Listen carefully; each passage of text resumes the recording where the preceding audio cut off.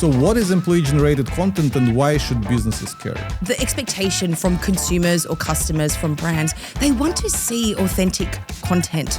Polished is out and authentic content is in. So 77% of employees are disengaged at work, Yes. costing global economy 8.8 billion annually in lost productivity. This is quite crazy. It is challenging to attract top talent. So how do you actually stand out? What we're seeing is with this rise of short video content, that there's been a shift in marketing and companies are now working with their people to post on the company's profile. You have quite a few advice of how to make those videos that would actually grab people's attention on social media. I don't believe that we have 3 seconds anymore to grab someone's attention or earn their attention. It is the first frame. It's not just about posting one video and you're done. It's about creating a channel, a community. Ahrefs Podcast. So my guest today is Melissa Laurie. She's the founder and CEO of Oysterly Media, which is a social video agency that specializes in user-generated content and employee-generated content. And this is would be our main topic for conversation today. The agency Oysterly Media is just 2 years old as of right now, but already partnered with some big Fortune 500 companies like Hilton Hotels, 3M, UPS, and Microsoft, which I find quite impressive. And also was named Startup of the Year, I believe, in Singapore in 2024. And Melissa herself is quite a personality. She's been recognized as woman to watch in Asia and was shortlisted by Atlassian for the Woman Leading Tech Awards. Melissa, very happy to have you here. Looking forward to our conversation. Well, thank you. It's great to be here, Tim. So let's jump right in. Yes, let's do it. Yeah. Employee-generated content. I know we have a lot broader to talk about with social media and creating videos for social media, but employee-generated content caught my attention because I didn't really hear anyone saying this term. So what is employee-generated content and why should businesses care? Yeah.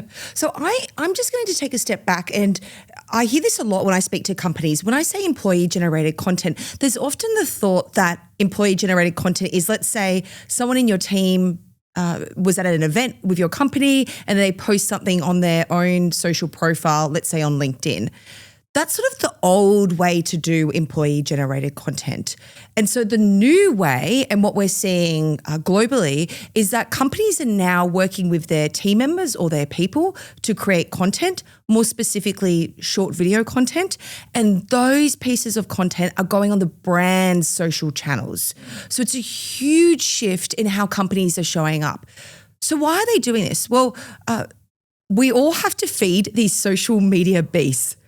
And short video has exploded. Yes, it started off on TikTok, but now it's everywhere.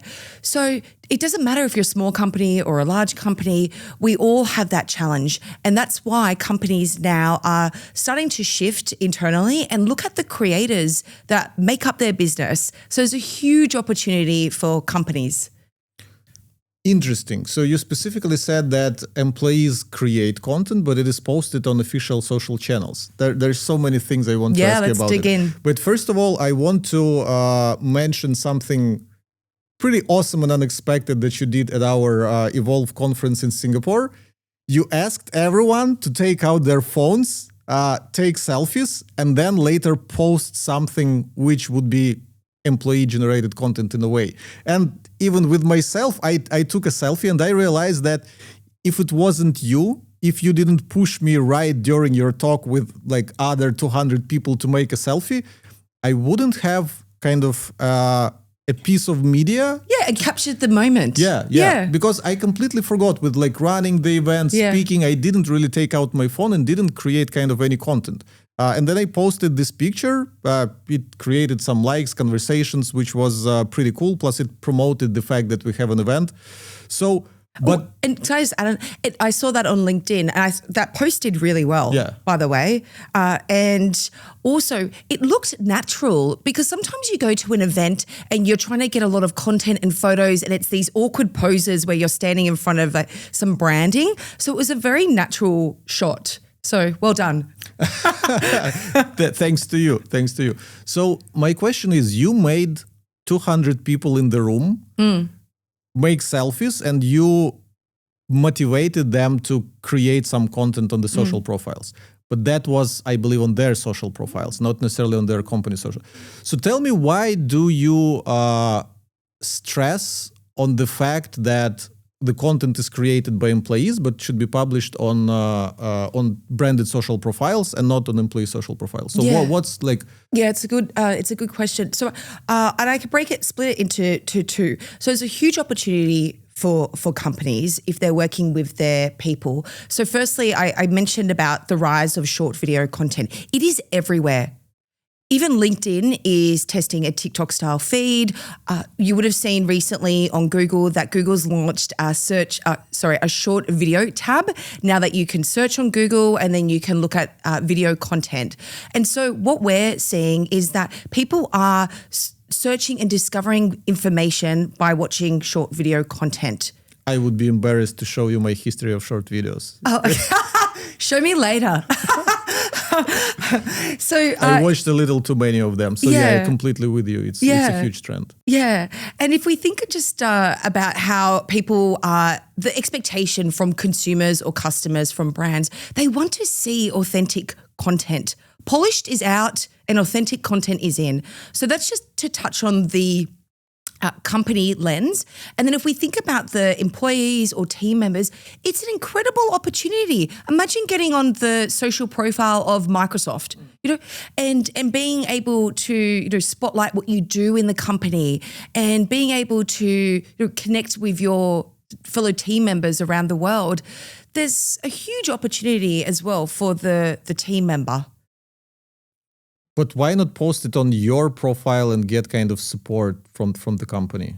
You can post as well if you like. I think what we're seeing is that companies are investing in training their staff members or employees to create this style of content. And then you get this essentially like reach and exposure in your company as well. So you can definitely look at employees posting on their own socials. But what we're seeing is with this rise of short video content that there's been a shift in marketing and companies are now working with their people to post on the company's profile. That is very interesting. So I was reading a book called Audacious by Mark Schaefer. He would be actually the next guest on my podcast. I'm interviewing him tomorrow. And as I was flipping to the book to prepare for the interview with him, I noticed that he's also talking about using your employees to create content, but he was making a case that a few years ago, Cisco hired him to help to build out kind of employee, advocacy thing, because he said that it was purely for recruiting reasons. Yeah. He said that because Cisco is a huge company, they need to hire a lot of people, they need to hire a lot of talent. Sure. And they had a problem where everyone wanted to work at Apple, everyone wanted to work at Facebook or Meta or those like hip companies. Cisco, no one wanted to go there. And he came in and I think there was a statistic that I think it was as of 2024, Cisco will train 84,000 employees on personal branding. So yeah, there's also seems to be a huge shift just generally, like employees creating content, whether for company channels or for personal channels. And so what he said is that it is wrong when a company has some message or some talking points that they push to employees that they should share. Yeah, I agree with that. But what he said is it's cool when employees have cool messages that they can share from company accounts, which is aligned with what you're saying. Yeah, 100%. Yeah, I agree. I would never advocate for a company to push an employee what to say. That goes against like our principles of employee-generated content. And there's certain things that companies need to consider when they start on this journey as well. You shared during Evolve a couple interesting statistics about employee-generated content, specifically in the recruiting area. Yes. Do you remember them or should I voice them? You could share them. Feel free. Okay, thank you. So 77% of employees are disengaged at work, yes, costing global economy 8.8 billion annually in lost productivity. this is quite crazy. 58% of job seekers are now turning to social media to assess potential employers. Your culture is already being judged. So tell me more about the value of employee-generated content for recruiting. Yeah, sure. So for recruiting and employee engagement. Yeah, sure. So we actually think about it like the AAA effect at Oysterly Media. So firstly, I'll just start with attracting top talent or retaining staff as well. And so this is just touches on what you mentioned with Cisco as well. So it is challenging to attract top talent. So I've felt that running a small company. I'm sure large companies experience this as well, because if you're a Meta, you're probably competing with a Microsoft and so forth, like that echelon of companies. So how do you actually stand out? You can't just rely on a LinkedIn ad anymore. And so what is incredibly powerful with employee-generated content is that you can actually have your team members and invite them or let them or discuss if they want to share more about what it's like to work at your company and to share their genuine experience and what does their role entail as well. So this is a way that people, if they're searching for a role and they go onto your social media profile, that they can learn a lot more about what your culture is like, who works there, what makes it fun. That is so powerful. And my prediction is that short videos or social media is going to become one of the number one formats with when people are searching for a new job. They're going to go and have a look at what actually is the company all about. So I do predict that will happen more and more as Gen Z is coming through the ranks and also Gen Alpha as well. And then I'll just touch on the retaining the staff as well. So that kind of just leads on to what you mentioned about 77% of employees feeling a bit disengaged. A lot has changed off the back of COVID. Hybrid work wasn't as popular. And now a lot of companies have flexible working. There's companies which allow for 100% remote as well. And I know specifically talking with my team, there's some of us that are 100% remote. So when we create employee-generated content, it has been an amazing experience with creating this sense of belonging. You get to see what your teammates are doing and what they're talking about as well. So there's so much that goes sort of into that with retaining staff as well and ensuring that they feel appreciated. Yeah, now that you're saying those things, I remember that I inadvertently, is this the correct word? Inadvertently? Yeah, let's go. Let's roll. created a piece of content that helped kind of with recruiting because back in the day, I was trying to do some vlogs and I recorded a tour of Ahrefs office. Oh, wow. That's good. Yeah. Tours are great. People love to see what the office is like. Yeah. That's amazing. And I actually had one of the people who later joined the company. I think it was one of the developers. He said, I actually watched your tour when I was interviewing to come work at Ahrefs, and kind of how you presented the office and the vibe was one of the reasons why I decided to join the company. And I was like, interesting, because I didn't create my video as a marketer. I'm not necessarily responsible for attracting talent to the company. Maybe in my marketing department, yes, but not developers or legal people or whatever. So it was very interesting to know that, okay, I created something about our company and it helped with recruiting. And then when we actually hired the recruiting to our team, hi Ben, if you're watching this, he motivated or he asked some of our team members, can you create a day in life content, which seems like a popular format, but unfortunately, I guess he couldn't make people do it in video because people are just naturally shy to put their life on display. But they wrote articles. I think those articles are featured on our LinkedIn, and I do think I felt what you were saying is that when our employees were writing those articles about their work, it was kind of in a way even therapeutic, because they were going through like what's cool about their work, what they're enjoying, what they think about their team, and you're kind of reminding yourself about the cool things, because it is so easy to focus like on the bad stuff. Yes. Like, oh, this project is taking so long. Oh, I cannot get along with this employee. But when you look back for like your day in life and you think about your achievements and you think of the positives, it really creates this sense of engagement. So yeah. And the day in the life videos, like, why do they work so well? We're curious beings. Like, we want to see what it actually is like to work at this company. It's really fascinating, how this short form video content has evolved as well, and how the content can be very natural. And I think that's the opportunity for all of us. It doesn't have to be filmed by a fancy film crew. It doesn't need to have 8 rounds of feedback that takes 12 weeks. You can film something in the office and then get that live. Can you remember any successful day in life videos from other companies? Because you shared that brands like PwC, Sephora, even Singapore Police Force, investing in their people to create employee-generated content. And I was thinking maybe we can put some of those examples on screen, because some people are watching this on YouTube, so we can actually give them examples. So can you remember day in life? Because the only one I remember, it was a bad example, because I think it was a lady from Google. And she was like, oh, I wake up, I eat my smoothie, blah, blah, blah. I go. And basically people were ridiculing her that she didn't do any actual work. She was just hanging around the office, enjoying the view, blah, blah, blah. And it actually backfired at her.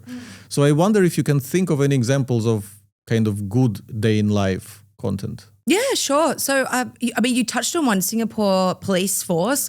They do some good day in the life as well. So that's a great example to have a look at. You can actually see how the officers start their day and go through what they do for physical activity and so forth. There's also one for Cisco as well, why it's on the top of my mind, where there's a employee sharing about a day in the life as well. But a lot of the companies are sort of supporting their team members if they want to do that day in the life content. So they're just a few. We'll try to look them up and try to put them on screen for people to see. Singapore Police Force is very interesting, because when you showed this video during the conference, and we'll probably show it on screen, it is hilarious. Yes. I enjoyed it. Yes, it's funny. But did you read the comments?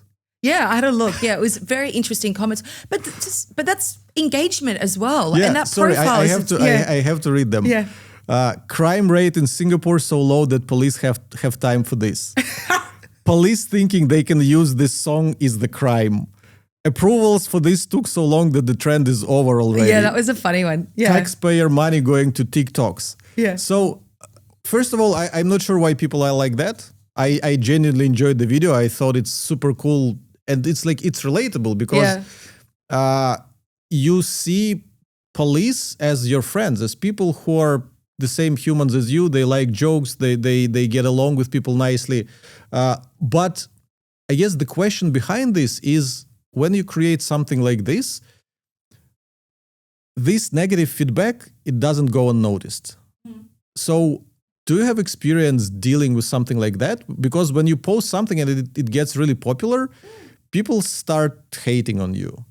So how what do you advise your clients how to deal with this kind of thing? I think, look, I wouldn't look at one specific video in isolation, and just with those questions that have been, comments rather, there's so many positive comments on there and so many likes as well. So it's very easy to get caught up in sort of 1 or 2 negative comments. But that is what you typically notice. You typically look... Exactly. Yeah. So, so sometimes we do see some negative comments that come through. We work with a toy brand out of Japan called Beyblade, a very popular toy brand, and we create all their content in France on TikTok. And sometimes there are some probably not as favorable comments, just different points of view. And that's okay. It's adding to the community, and it's healthy. So I think we've got a thought in our company, if there's sort of swearing or discrimination, that's just a no-go. That would get deleted off the profile. But if people have the right to a different point of view as well. But would you say that getting haters is kind of inevitable result of going viral? Yes and no. Like we've had quite a few videos that have gone viral that there's been a lot of positive comments. So I think it just depends. Like I don't think it's a clear cut, answer there. Okay. You also mentioned what I really enjoyed, that Sephora staff regularly films short clips about their favorite products. Yes, I love this. Yes. So another really big benefit of employee-generated content is that it's a big opportunity. You've got the ability to sell. So that's the next A. So you can sell your product or service.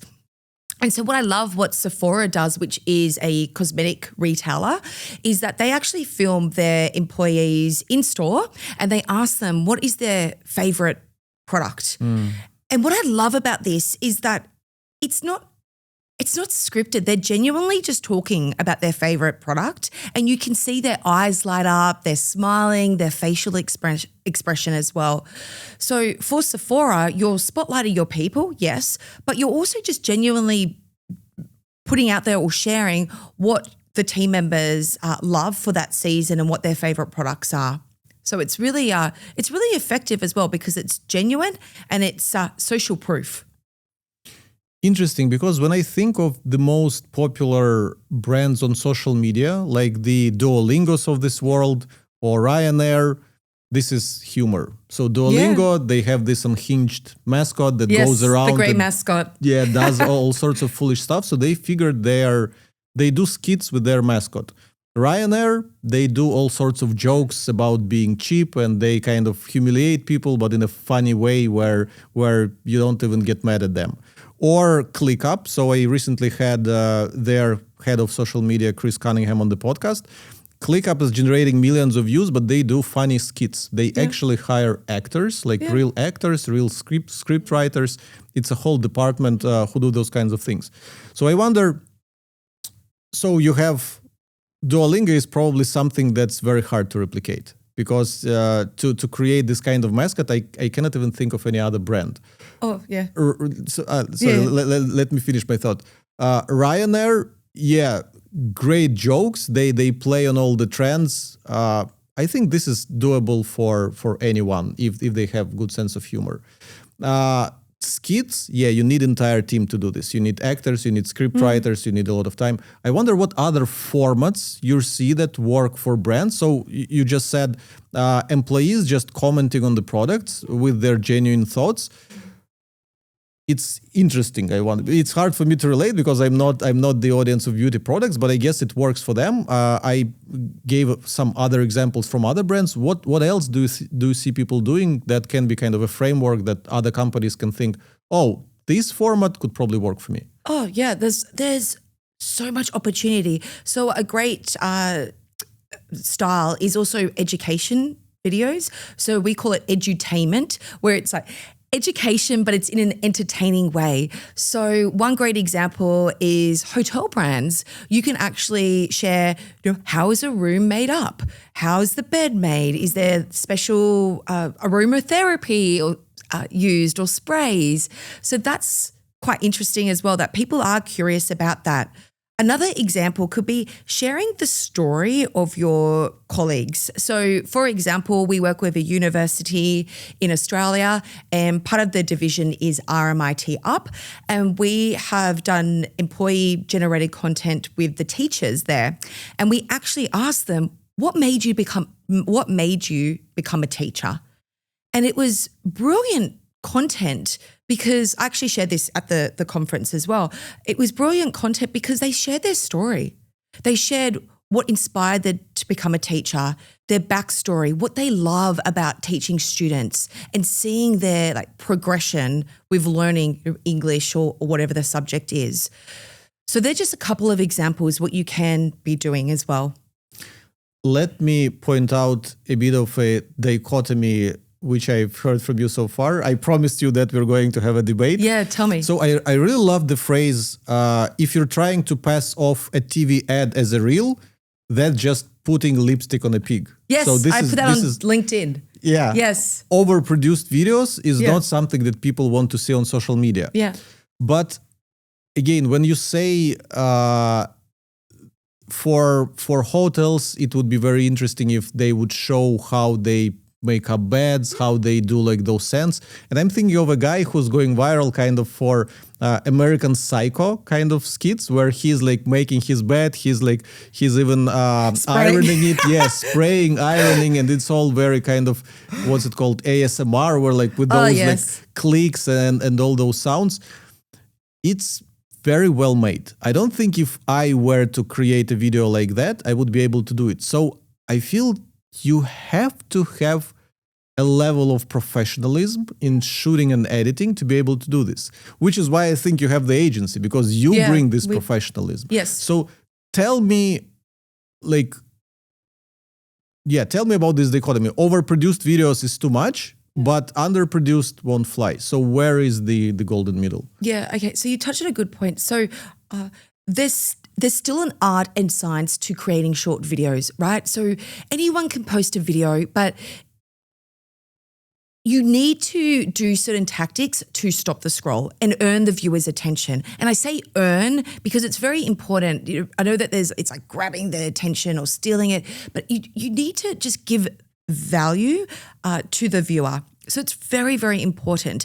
And you need to invest in training as a company. And that's what we do at Oysterly Media. We'll go in and we'll train the team members as well. Because even though we all have a phone, it's not natural just to pick up and start filming. And even what you mentioned before, Tim, about how some of your team members felt a bit nervous being on camera. That is natural. Even when I started filming on my own TikTok profile a few years ago, I was terrible. I was so bad. I was awkward. I would blink a lot. I didn't know how to frame myself. So yes, you need to put in the work to train, whether it's yourself or someone in your company, or get a vendor to come in and to help train the team. Yeah, because I remember when our recruiter asked us to do those kind of day in the life videos, I thought I would do day in the life of a CMO. Yes. And I thought I would do it sarcastically. Oh, okay. So I wanted to kind of do a parody of those videos, like when you're brushing your teeth, you're actually listening to podcast at the same time because you don't want to waste any minute of your time. And I had like some funny things. I know, going to the gym, and I know my trainer not paying attention to me, and I'm like stuck under the bar, or those kinds of things. That's funny. Did you do it? No. Okay, you got to do it. So much effort. I realized I started shooting those things. Yeah. Even I tried, because to show my breakfast, I tried to put my camera and just slide things in, on those videos of things. And was everything just going everywhere? Yeah, they appear on the table. And I realized just to make this one shot, I had to spend like 15 to 20 minutes, and I didn't like it at all. So I do think that to make like a video that would keep people watching is quite an effort. Yeah. So I don't want to mislead people into thinking, oh, just take the camera and it's going to work. And this is something I gave you feedback about your talk at Evolve, because I said, for me, I'm already persuaded that we need to do it. And I was looking for some specific advice, which we can discuss now, because you have quite a few things. You have quite a few advice of how to make those videos that would actually grab people's attention on social media. So give us some tips about this. Yeah, sure. And I would just touch on just something that you said about the different video styles. So day in the life is a bit more of an advanced video to do. You have to get a lot of clips, and you need to make it look interesting as well. Like, no one wants to watch a boring day in the life. So that's really important to consider. But look, we've created thousands of videos, and there's so many different video styles you can choose from. So like for your company or other sort of tech companies, a great video style is green screen, where you can have the website in the background or your tool, and you can have someone talking about, this is how you use the tool, and giving some educational content. So that's a great brand that does this is Zapier. If you're familiar with them, their content, if you're able to show in this podcast, is amazing. And I also often get asked, does a video have to be only 10 seconds because no one's got an attention span anymore? They're a great example to look at on TikTok, I'm pretty sure. And some of their videos are like 2 or 3 minutes long, and they've got millions of views because they're giving value. So that's a great example with a green screen style. It's actually one of my personal favorite style videos. Another example could be sort of a talking to camera video style. A lot of my team members do these videos on our TikTok profile where they're sharing what's happening in marketing, what are some of the creator trends as well.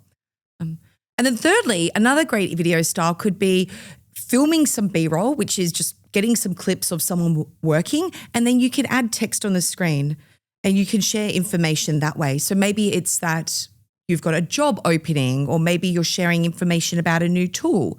So certain things that you can do there. Okay, so my main takeaway is there's a lot of options to choose from. Yeah, there's so many options, and there's easy options as well. So if I could just give one more example of a great example that I saw, you might have seen this. There was a trend going around where people are huddled around a computer screen, a laptop, and they're reenacting a video where someone was waiting for their Harvard results if they got into the Harvard University. And so everyone's huddled around, and then it's sort of this big reveal and everyone's cheering. And a lot of companies did that. And there was a grocery store in Australia that did this, and they replicated it, and they were releasing a new product, which was for Easter, which was hot cross buns. And so all the team members are sitting around and they cheer because the hot cross bun flavor is revealed. And I think that's just like such a simple video. It got really great engagement, lots of comments. I can find it and we can share it, and a lot of views as well. So I think that's also just a nice, simple video style that can be created off the back of a trend. But you need to have that knowledge of what to look for to see what makes sense for your business and what trend to hop on. Yeah, basically just be on social media, analyze what other companies are doing, see what works for them, see what feels natural to you. Oh, yes. I guess, because yes, some things are high effort, some things are more natural, so others not. And try to kind of replicate that. I guess that would be the advice I would take. But to your point about observing trends and jumping on these trends, I cannot help but think about this meme. I'm sure you saw it, where there are like a bunch of stick figure people, and they start, one puts a pineapple on its head, on their head. Other people start putting pineapples, and then walks in like a big blob that says brand. Yeah. And it puts a pineapple, and more brands come and put the pineapple on their hands, and people, like angry people, start throwing pineapples out of their hands because brands join the party. So I wonder what's your comment on this? Yeah, I think I'll just go back to Ryanair and just touch on that. So the CEO of Ryanair actually came out and said that we're a budget airline and we're going to own it. And so he very much advocates that they're open to share that style of content and have a lot of fun on TikTok. That comes from the top.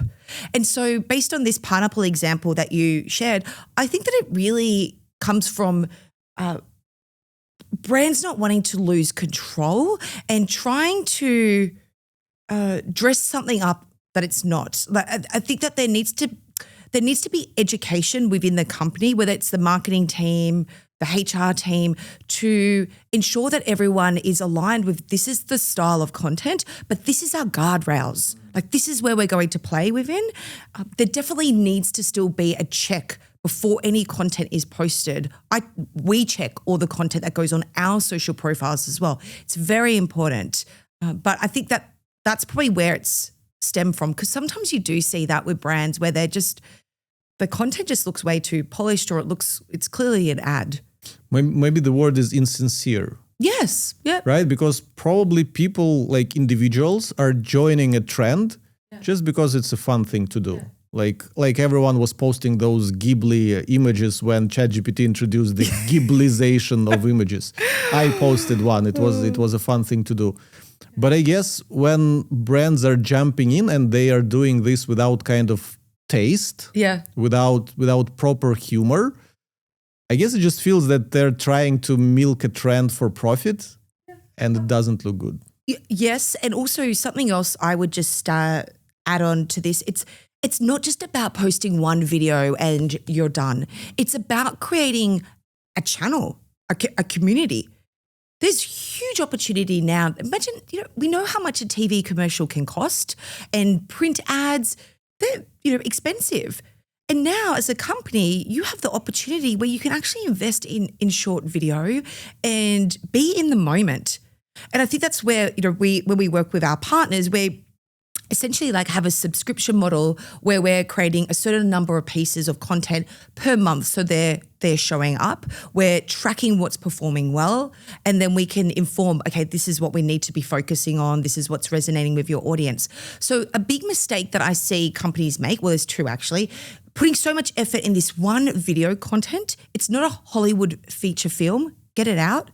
And then the second thing is just doing a campaign where you're just dropping a batch of content in 1 month and then there's nothing else. So I think that companies need to rethink about the frequency of how they're showing up on social media. Mm-hmm. So did we discuss all the misconceptions about employee-generated content? How long do we have? Okay, I've got another one is, we've got Gen Z's in the office. Like they can just create the content. That is a big one. No, that's a big no. You want to have different age groups. You need to invest in training. Set your team up for success. And I think what can happen is that, let's say that people start creating this employee-generated content, they submit it to you or whoever's leading the project, right, to get checked. What happens if all of it gets declined and it's not good enough to go on the social profile, or there's mistakes, or you don't want your team members to talk about this because this is sensitive information, for example? It's a very awkward conversation to have after people have spent a lot of time investing in creating that style of content. So it's important not just to expect people just to start filming because they've got a phone. That's a big misconception. Also the Gen Z thing. You need to have a plan, have some content pillars, share some sort of thought starters, and then give your team space to create. It's about co-creating, and that is where the magic happens. When I think of the word employee-generated content, maybe it's just me, I have some improper expectations from it, but I feel that it is kind of easy. So you have employees who are already it's not easy. who are already busy with something, and you just tell them, why don't you take out your phone, record something, we'll post it on our company account, and it would go viral. Because I remember I tried to kind of understand how can Ahrefs have a presence on TikTok, and I understood that we need people who understand TikTok. Yeah. I have a friend who is relatively famous TikToker in Singapore, and I tried to consult with him and try to have him come to our office and maybe try to come up with some ideas for the videos. And I remember how much effort this was, and I just realized, okay, it's not a good time. I cannot spend my time there. So what I want to ask you is first steps, like the easiest way to start. And you can use me an example, because we have a brand, we have social following, we have marketing department. You were even laughing that we're at a stage where we have an events team. Yeah. So we do have manpower, and we do have things happening at Ahrefs. So we have conferences, we have events, so like stuff where we can go around. So what would be the easiest first steps to get going? Yeah. So I think just one thing you said about having a sort of a social media person or a TikTok person to come in. Companies need to be aware you need to have the right person to come in if you're doing training as well. So they need to have a commercial background. Yeah. I come from a commercial background. I understand, it's same with people in the company, right? We understand there's specific guidelines that need to be met as well. So that's just very important. So going back to your question, if we were working together, the first thing that we would do is we have a kickoff call, understand more about the business. Then we would do a content strategy session, and that would be you and maybe a few other stakeholders that we would start to get really clear on what are the main things that you think are important to the business that we could talk about as well. So one that comes to mind is your amazing tool. Like you should be talking about that, how to use it, common misconceptions, different SEO hacks. Like there's so much there that you could be talking about.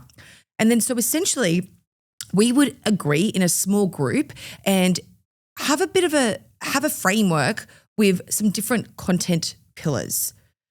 And so once we have that agreement and we've touched on the brand guidelines, the next part is to look at how you can invite people to the program if they want to take part in the training. And I use the word invite because people shouldn't be forced. You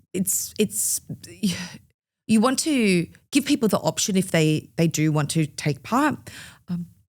And so that's what we do. And there's certain tactics that companies can do that we advise, or we can help companies with how they invite employees as well. And the next part is the training. So when we train companies, it's a full day. It's intensive training where there's theory with how to come up with video ideas, how to use social search, because we're all searching on social media. So how to come up with different ideas in line with the content pillars as well.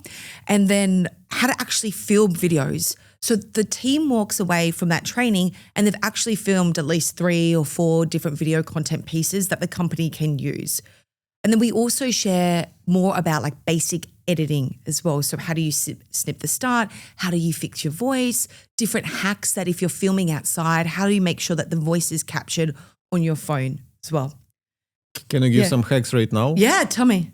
Yeah, I from your previous interviews, I picked up things like starting with a compelling hook, speaking at a good pace, using pattern interrupts, following simple story structure. So can you expand on these things? Kind of, it seems like the very fundamentals of creating a good social video. I'm so glad you asked this. Yes, it goes back to my point of there's an art and science with creating short videos. So the first point with we call it actually the first frame, the start of the video. So imagine you're scrolling on social media. I don't believe that we have 3 seconds anymore to grab someone's attention or earn their attention. It is the first frame. As someone lands on the video, you need to be able to get them curious about what that video is about. So there's certain things that you can be doing in the video. One of my favorites is having big billboard text at the start. We call it billboard text because just imagine you're driving down a highway or a freeway, you see a big billboard, you've got a moment to look up and see what's written there. So it's like the same on a short video. You can have big text on the screen at the start. Also, you could do something that's quite intriguing at the start. So maybe you're walking down the street and you're filming the video. So what's interesting is that there's stuff happening in the background. That's a way also to create a bit of a curiosity as well.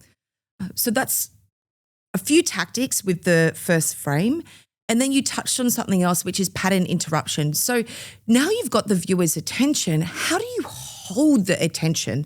And so a great example of this is that sometimes you see videos which we call it quick cuts, or there's montage style, where there's lots of different clips that are pieced together. So that essentially sends a message to the brain that, something else is about to happen, and you become curious and you want to keep watching. Another example could be that if you're filming in the office and you're talking to the camera, you could sit here, talk here, then the next 3 seconds you're in a different position, the next 3 seconds you're somewhere else. And so that's another way to hold the viewer's attention as well. And finally, just to round this off, pace. So you're talking softly if you're sharing a secret that no one knows about versus speaking faster, using pitch as well. Like these are important tactics to use, again, to hold the viewer's attention. One, the thing that you said about kind of meek, silent voice. Yes. I remember advice from more than a decade ago from a guy by the name Derek Halpern. He said that you have to be very animated on video because if I start screaming at you, here it looks awkward. Yes, but on it is camera, very awkward. it was very awkward. But on camera, people won't notice the difference. I like Tim doing something on camera. It's not the same. Camera, I think he said something along the lines that camera brings down the emotions or something like that. So you have to be more animated for people to take notice. So you can be. Yeah, I think. Yes, but you also want to be natural as well. Like if that's not your sort of style. Yeah, I didn't feel comfortable screaming. Yeah, so I would sort of rethink that. Also, the way I think about creating short videos, it's like going to the gym. You need to get the reps in. Every video you create, you'll get better and better and better. And that, if we just circle back to like what companies need to keep in mind when they're creating employee-generated content, be very aware that you might have a lot of people that are interested and want to take part, especially if there's professional training that's happening, because it's a great skill to learn creating short video content. It's great for your own personal brand as well, and being spotlighted in the company too.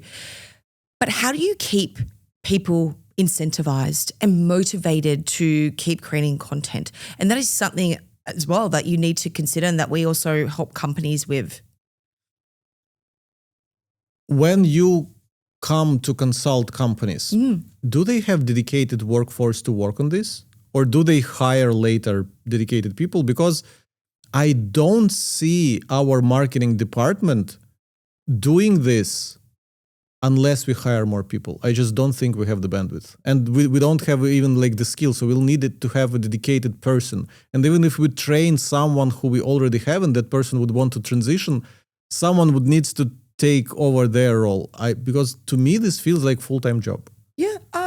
Yeah, there's a lot of work involved, but it's the way forward. It's a huge opportunity. And I would be curious to know how you're creating content and the efficiency, because we've got pretty robust processes, like when we create content, where it goes, how it's tagged up as well, how feedback can be given. It's very seamless. So we actually teach companies that just to create efficiency. So it's really important.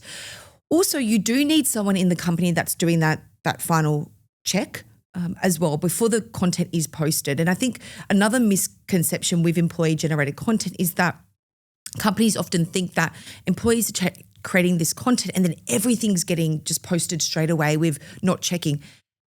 Any piece of content that's going on a brand social channel must be checked.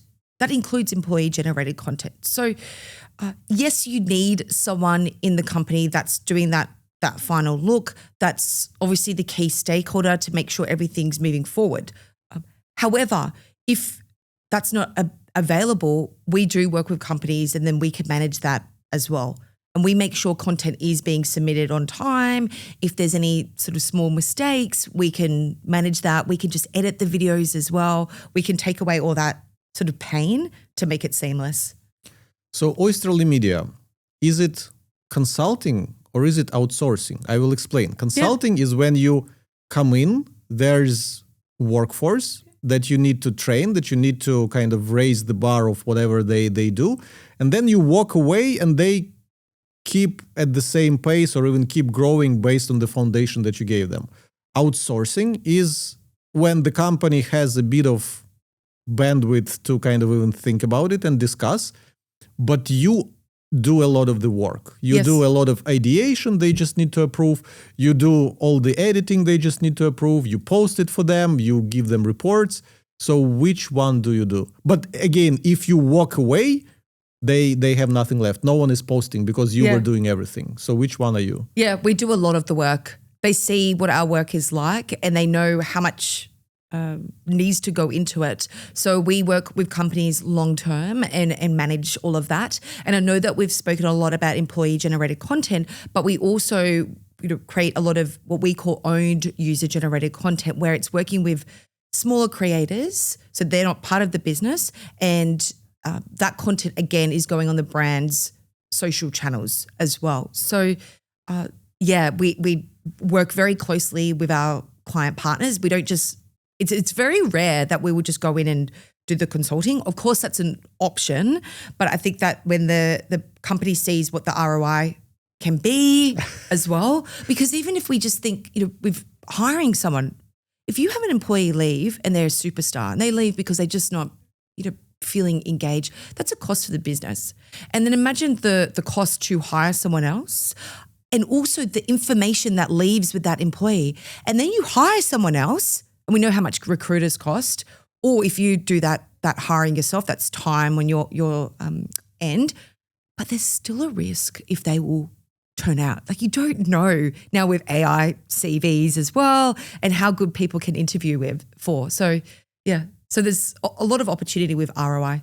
You mentioned the word ROI yourself, but I was about to go there actually because, social videos, posting memes, fun, jokes, but you are an agency. You have to prove your value if you want to keep a client. So is client just happy, if the number of followers on TikTok or Instagram is going up, or if their videos are getting tens of thousands, hundreds of thousands of views, or do they require some other proof that it is affecting their business? It depends on the brand, right? Because everyone's got a different metric, but we have very robust tracking with how we look at how every single piece of content is performing, what's getting views, what's getting the most engagement. There's some videos that might not get as many views, get so many saves and saves by the viewer. So we're tracking everything constantly as well. And then there's certain things that the company, we work with them to track as well. So when we work with a university, they can also track how many applications are coming through for the content that we're doing. Also, I would advise with the marketing team or other divisions, it's very easy to ask how people heard about you, where did they find their information. So a great example could be HR with interviewing. I find this when I'm interviewing candidates as well. I've got a few jobs out at the moment. And when I'm interviewing, the candidates are actually talking about our social media profiles as well, in particular TikTok. And they're excited about what we offer as a company. So there's lots of different ways that you can track success for this style of content. I would probably plug our Brand Radar tool, because what you can also measure is you can see lift in your brand searches. Yeah, okay. Because if your videos are going viral, you can see are more people searching for your brand or for your products.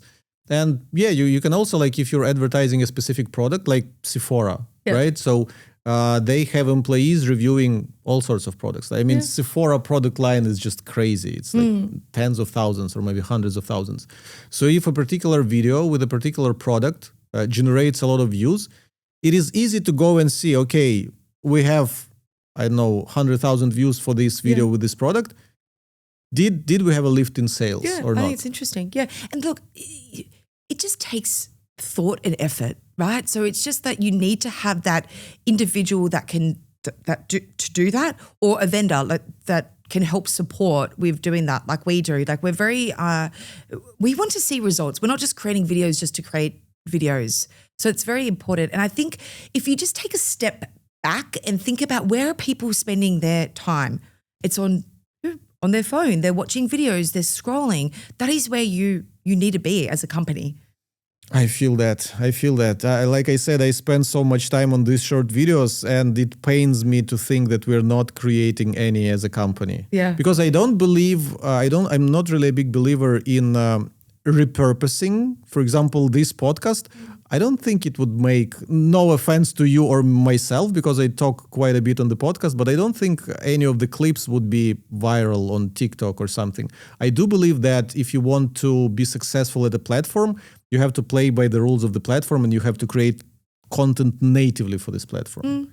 Do you agree? I actually think that you should be snipping up your podcast and have a TikTok profile, Instagram profile, and also YouTube. For the podcast specifically? Yeah, I so definitely not the Ahrefs as a company, but Ahrefs Podcast should have its own TikTok profile. 100%. Yeah, get that content out there. Definitely. There's so many amazing podcasts that actually have a TikTok profile, and it's just snippets of videos. But you still need to have some editing on top of those videos. You still need to have this like billboard phrase and whatnot. So you cannot just clip a piece of video, publish it as is. You have to do some. Yeah. I mean, there's tools out there that you can use to snip up the videos. You can, but you still need to have a human touch. You need to just make sure that it's the right cut where the speaker starts from. That's a start of a hook, essentially, something interesting at the start. But I definitely would be doing that. Okay, we'll try do that. if you say it, if you say so, we'll try that definitely. I can share some examples with you. There's some amazing podcasts that do that, and it's great because sometimes people want to just learn a little bit about this topic, and then you're essentially using it like a carrot to be like, this is what we spoke about, and you can go watch the full version here. So if you've got these assets, give it a go. I don't want to dig deeper into the podcast, but I guess it's better when we record in person because you have quality video as opposed to doing it over Zoom, because then the snippet doesn't look very engaging. So final question.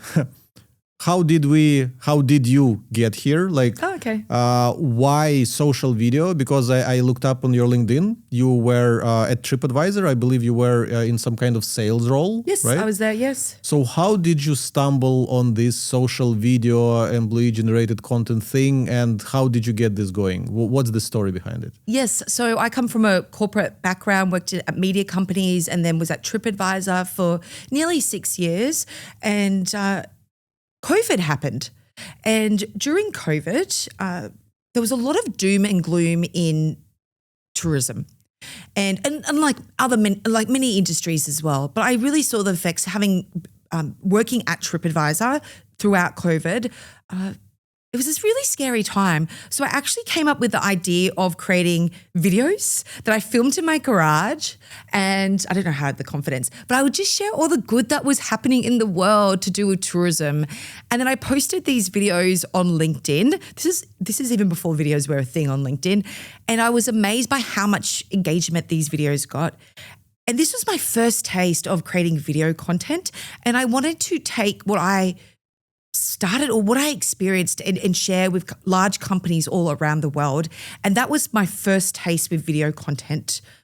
And so I moved from Australia to Singapore, and the company's set up here in Singapore. And we specialize in short form video. That is our craft. That's what we do. And we, as you know, we create a lot of employee generated content, owned UGC, and also support with influencer content as well. So we really believe that if a company knows how to take advantage of short form video content, then the world can be your oyster. And that's where the name comes from, Oysterly Media. We do not sell oysters. We believe in the possibilities. Melissa, thanks a lot for your time. It has been great. Every time I meet you, every time I see you speak or talk to you, I get motivated to start doing the social video game. And I'm hoping that people who have listened to this are motivated, and they also got some actionable advice on the first steps that they can do, the formats they can use. Yeah, wonderful. And even how to create great videos. Thank you so much for so much great advice. Oh, thank you. It's been great chatting. I love chatting all about this. And I'm going to check that you're going to create a podcast profiles across those social media channels. I'm going to check back. We will. Thank you. Thank you. Thank you. Thanks a lot for sticking till the very end of this episode. I guess that means you enjoyed it, right? Because if you did, I have to ask you to subscribe to this YouTube channel, or maybe click the follow button if you're listening to this on Apple or Spotify. Not sure if you know this, but subscriptions and follows are the strongest signal for these platforms to show this piece of content to more people. So I would really, really appreciate it if you would follow and subscribe. Thanks in advance, and I'll see you in the next episode. Bye.